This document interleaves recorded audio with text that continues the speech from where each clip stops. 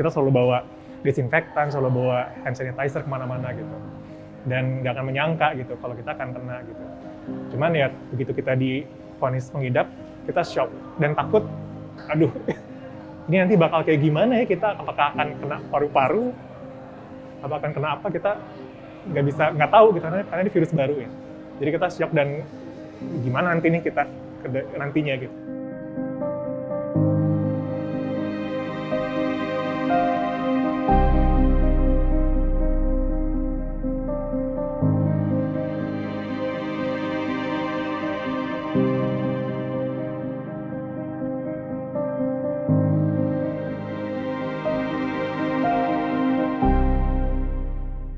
Pandemi COVID-19 telah membuat banyak hal tidak karuan, mulai dari perekonomian negara sampai dengan keadaan jiwa kita. Semua kalangan terkena dampaknya, tetapi masih saja ada orang yang lalai dalam menerapkan protokol kesehatan. Berdasarkan data BPS, 55% responden mengaku tidak menerapkan protokol kesehatan karena tidak ada sanksi.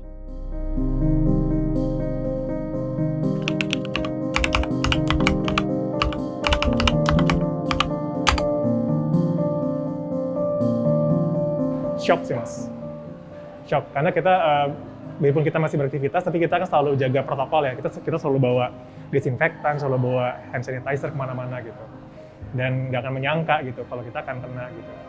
Cuman ya begitu kita divonis mengidap, kita shock dan takut, aduh ini nanti bakal kayak gimana ya, kita apakah akan kena paru-paru, apa akan kena apa, kita nggak tahu gitu, karena ini virus baru ya.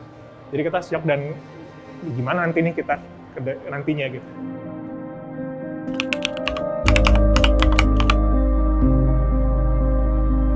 Jadi kalau yang saya tangkap sekarang itu, ada orang yang terlalu waspada sampai kadang-kadang berlebihan. Juga ada orang yang dia malah terlalu cuek dan nggak mawas diri gitu. Itu masih ada sih yang saya temui di teman-teman atau keluarga, itu masih ada. Gitu. Kadang kalau yang berlebihan tuh kayak tadi, COVID itu penyakit yang mematikan, aib gitu.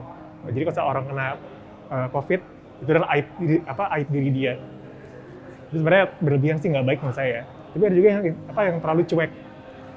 Ketika mereka tahu mereka kontak dengan penderita COVID, mereka abai aja gitu. Mereka nggak mau tes diri, memastikan kalau dirinya tidak terpapar gitu.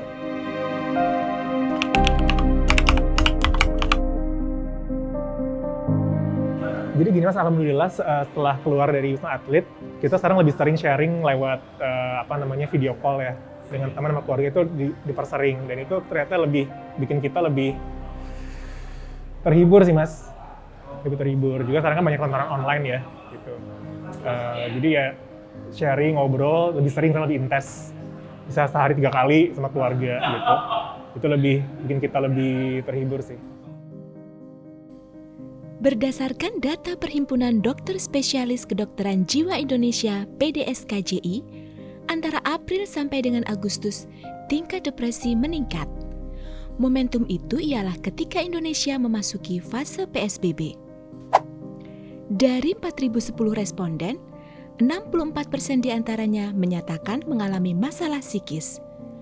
Mayoritas di antara responden yang mengaku mengalami masalah kejiwaan adalah wanita sebanyak 71%. Masalah psikis terbanyak ditemukan pada usia 17 tahun sampai 29 tahun, serta lebih dari 60 tahun. Rata-rata dari mereka mengalami depresi trauma, cemas, dan depresi.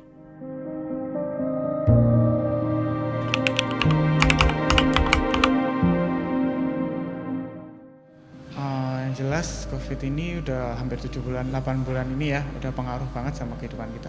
Saya khususnya, dalam hal pekerjaan pun kita nggak bisa leluasa kerja kayak kemarin-kemarin normalnya kita kerja gitu kan. Terus dari segi pendapatan mungkin dari beberapa teman, keluarga itu juga pengaruh banget. Akhirnya juga berimbas ke kita, ke usaha-usaha saya yang lagi kita jalanin gitu. Aduh besar banget, pertama aku udah kena potong gaji, terus harus dirumahkan beberapa waktu. Terus sama apa sih namanya, ke ini ya, transportasi juga sih ngaruh. Karena biaya transportasi kan nggak bisa pakai transportasi umum lagi. Dibilang seberapa besar ya pasti besar banget ya, karena kan mempengaruhinya tuh sampai ke kerjaan juga gitu. Dan kayak sehari-hari juga kan Kak, kehidupan sehari-hari. Kalau Mbak Rana? Ya sama sih, paling impact kan kesehatan kan, pasti masih harus kayak di rumah gitu. Terus kalau kerjaan, kebetulan kita berdua kerja eksternal, jadi itu ngaruh banget dengan kerjaan kita gitu, dengan semua serba terbatas sih sekarang. Pandemi COVID-19 bukan hanya masalah ekonomi, jumlah positif, dan angka kesembuhan atau kematian. Lebih dari itu, riak-riak di luar lingkup pandemi juga mengalami masalah yang serius. Apakah ini momentum yang tepat untuk mengubah keadaan? Atau dibiarkan saja seperti sekarang?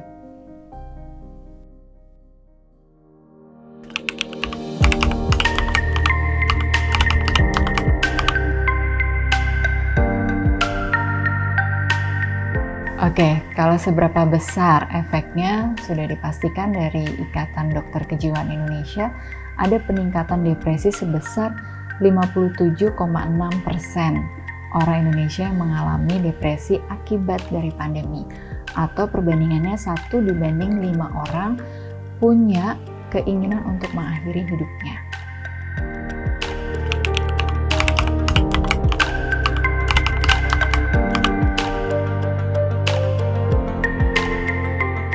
Perasaan merasa tidak berdaya, perasaan mengisolasi diri, tuntutan kerja atau tuntutan tanggung jawab yang semakin besar, apalagi berkaitan dengan ekonomi ya. Tapi juga intinya manusia adalah makhluk sosial yang senang bersosialisasi. Selama pandemi ini kita beberapa bulan kan dipaksa untuk di rumah saja, kerja dari rumah saja, interaksi sosialnya sangat terbatas. Ini membuat orang jadi bosan, stres, tertekan, ketemunya itu lagi. Awal mulanya adalah dari burnout, stres, lama-lama tidak ditangani dengan baik, akhirnya menjadi depresi dengan demotivasi dulu. Nyatanya justru itu membuat tekanan di dalam diri beberapa individu, merasa kok hidup saya nggak seenak dia sih, gitu. Apalagi yang sudah mengalami PHK atau ada pemotongan gaji yang belum kembali seperti normal lagi, atau udah ada nih tanda-tandanya, ini perusahaan bakalan nggak survive nih, gitu. Nah itu 3 hal itu yang akan selalu membuat diri jadi berdebar-debar ya, gitu. Dan akhirnya jadi kegiatan yang toksik atau tidak baik untuk kesehatan mental seseorang.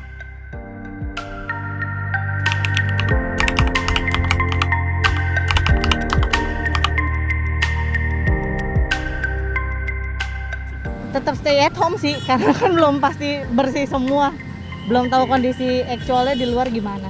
Kalau badannya? Ya mungkin sama aja ya, masih tetap was-was sih, nggak 100% percaya bakal hilang segitunya gitu. Traveling sih kalau emang finally bisa jalan-jalan, kayak walaupun deket-deket aja gitu, karena kan kita pun sebenarnya termasuk yang insecure kan untuk kayak even masih deket-deket sini gitu.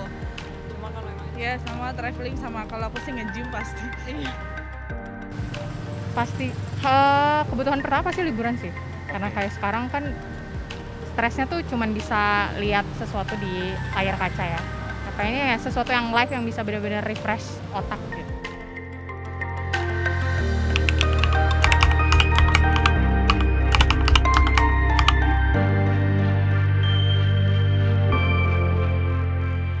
Iya, dari saya pesannya gini, kita mengikuti protokol kesehatan, lakukanlah karena kita menyayangi diri kita.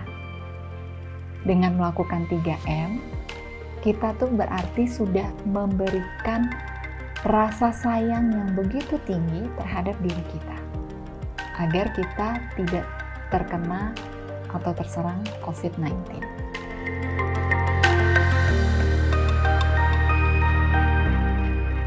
Pandemi telah mengubah cara hidup kita. Beradaptasi dengan cepat jadi solusi untuk berdamai dengan keadaan. Kita tidak bisa hanya sekedar melawan. Virus ini bagaikan ombak besar. Mari kita lalui seperti para peselancar menghadapi gelombang besar tersebut.